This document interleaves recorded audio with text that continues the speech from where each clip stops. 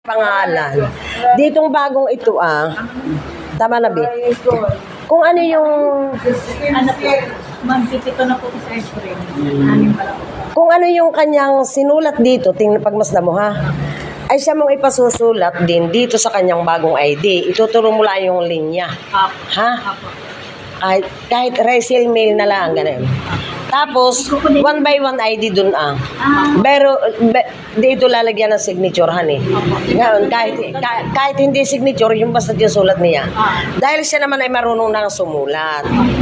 Oh, Rysel. Tapos, bago mo anong tag dito bago mo siya pa-laminate, titingnan mo muna yung walang contact number. Yung iba pang Honey. Wala. Yan, contact number.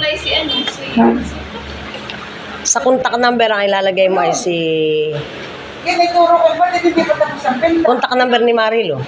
Yun doon. Tapos, tin number wala naman. Yan. Yun lang. Contact number. Tapos ay dito ay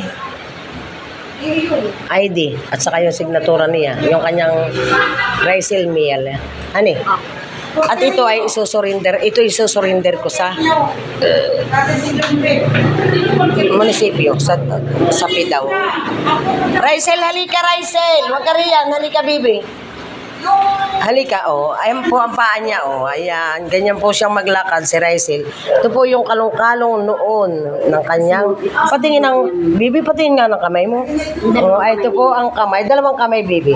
Kamay ni Rysel, siya po ay marunong ng sumulat at marunong na rin po siyang makipagkapwa. Ayan, natututo na. Sabihin mo, bye-bye, bibi. Bye-bye. Say hello, say hello. Hello.